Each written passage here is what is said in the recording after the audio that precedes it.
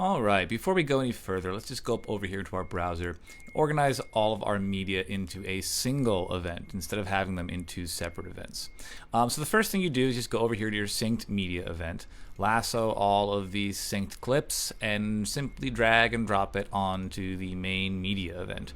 That automatically brings over the synchronized clips themselves. You can see them down over here on the bottom. They're now along with all of the original audio and original video files. But you also have your keyword collections that have come along over automatically. Now down over here we have just the individual scene keyword collections that remain the same as well. If we go down over here into the synced media event, you'll see this is not populated with anything except for this project file. So let's go ahead and drag that into the event up over there, and we can go ahead and delete this synced event. Now we have all of our media in one event. Now we're going to want to right click and go new folder here, and we'll go scene 1 string outs, because that folder did not come along with the metadata when you transferred it from one event to the other. Then we'll go ahead and create a new folder. I'll name this AE folder for assistant editor. Put the original scene keyword collections into there. There we are. Scene 1 string outs. And right there you saw we accidentally put the AE folder inside the scene 1 string out folder. You want to drag that to the outermost folder. So we have the two separate ones there now. And then you might be asking, well, where's my synchronized media? I want to be able to find those more easily. Now you could create a keyword collection, but really this is exactly what smart collections are for. So go ahead and create a new one and label it synced media, and double click it, head to your plus sign, go to type is and synchronized, and boom, you have all your synchronized clip now organized nice and neatly into this one keyword smart collection. You see we can organize it back over here in list view, in thumbnail view. Go ahead and hide rejected again, and if we zoom in even further, you can see here the different blue markings on the clips denoting where the keyword collections are for the different lines. These are from the line string outs we did before. From earlier before, if you hit Control Y, you'll turn on your skimmer information, and you can actually scroll over each little range and see what the actual line is. Yep, he's dead. Didn't anyone know? Not that I know of. So this is a really cool way to scroll through your footage in a bird's eye thumbnail view and still be able to see what exactly you're looking at specifically.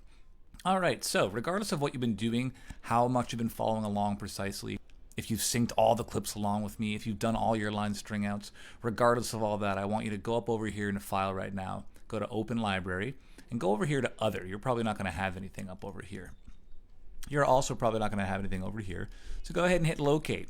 And you're going to navigate onto your hard drive, wherever you put your FCPX Marks the Spot media folder, with all of your audio, your camera archives, your masters, and this folder named Libraries that I told you to ignore at the very beginning. We're going to go in there now, and you're going to double click on this project file, or library rather, that says FCPX Marks the Spot Crash Course Training. And this is basically a library that I've made for you, which has all of the work that I've been doing on my end. So we have our media event here with our AE folder, our different scene keyword collections, our scene 1 string outs that we did from before, and also our smart collection for our synced media. Now if we go up over here to the pre-made smart collections that Final Cut comes preloaded with, you can go to projects here, and you can see we have a couple of pre-made sequences as well, or projects as Final Cut calls it now. If when you click on one of these sample projects you are getting media offline here, what you'll want to do is you'll want to lasso your media. You'll want to go up over here to File and go to Relink Files. Then you will this will give you the option. It'll have all of your media here that'll be missing. Mine isn't missing, so it's here. But you would then click Locate All, and you would navigate on your computer to the place where you have your Final Cut Pro media that we downloaded. Just choose the outermost file, and when you click choose here, it'll search through all these folders on here to find the files to reconnect to. Click relink right there, and you should be in business. And let's just go ahead and play this. Yep, dead. Did anyone? No, not that I know. No knocks on the door? Nope. No phone calls?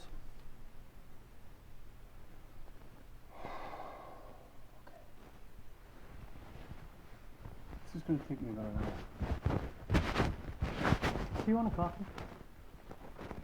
Water. And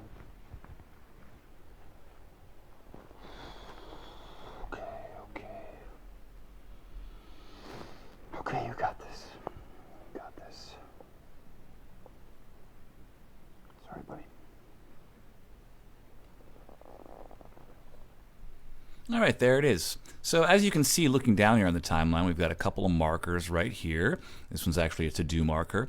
And if you look at the waveforms, you can see that there are several waveforms. This is a polyphonic wave file, is what you would call it.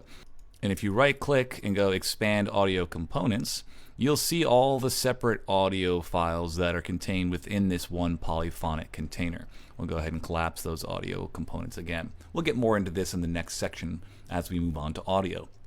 But first, go ahead and hit Command F. That opens up your index. Technically, it is the find shortcut, so it's opening up the search in your index. If you wanted to just open up the index without the search, you would just hit Shift Command 2. But that basically is a little harder, and it does the same exact thing as Command F does. So Command F opens up your index, and now you basically can see all of your clips, 1, 2, 3, 4, listed here in clips, your tags, all of your keywords that exist, all of your markers. This one is for a circle take right there, your additional keywords that you've added, and then this right over here denotes a to-do marker, and your additional keywords as you move down the line. If you go over into roles, you'll see there's only one video role right now, but in the dialog, if we hit this middle button right over here, it will expand all of your sub-roles. Now in this case, the sub-roles are based on the IXML metadata from the actual audio recorder that we used when we were filming this. You have your mix tracks down over here, you have your single lavaliers for your 2 actors, you have an empty channel 6 right over here, which I'm not quite sure what that is. It may just be a leftover empty channel from the camera itself, or an empty channel from the recorder that I wasn't aware was recording. And then we have our boom over here. You can tell channel 6 is empty, there's no waves in it. So really you could unclick that right there and not even deal with that ever again. If you go over here to the left, it'll collapse them back all together. Now, if you go down here at the bottom, you'll see that you have your edit roles function that we went over earlier on in the course. And also you can just click that to collapse the sub-roles, and click that to hide the audio lanes. Click that to show the audio lanes, and back and forth again. Now if you go back over here to clips, down on the bottom over here, you can sort these based on video, audio, or titles if we had any titles. And in the tags, you can also select these based on markers, based on keywords, based on to-do items, and based on chapter markers, which we haven't done yet, but let's do it right now. So let's say we wanted to drop a chapter marker right here, if we were, for some reason, burning this to DVD still. Go ahead and hit M, and hit M again. That adds a marker and then brings up the marker editor. You have your regular marker, your to-do markers, which you can click as completed if you get them done, and over here to the right, your chapter markers. As you see, when you hit done, zoom into the timeline a little bit, and you'll see there's a marker right here, but then there's this little round bubble guy right over here. This is essentially going to be placed wherever you want the thumbnail image for that chapter marker to be. So this might be where you want the chapter to start, but let's say you want the image to be a little further down the line. So there it is. That's going to be the actual image on the thumbnail of the chapter, but the chapter will start over here. Now it is possible to right-click on a marker and copy it, move your playhead to somewhere else, and hit Command V to paste that marker somewhere else.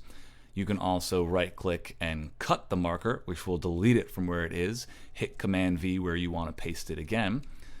And you can also modify a marker by right-clicking it. It'll bring up the edit window again.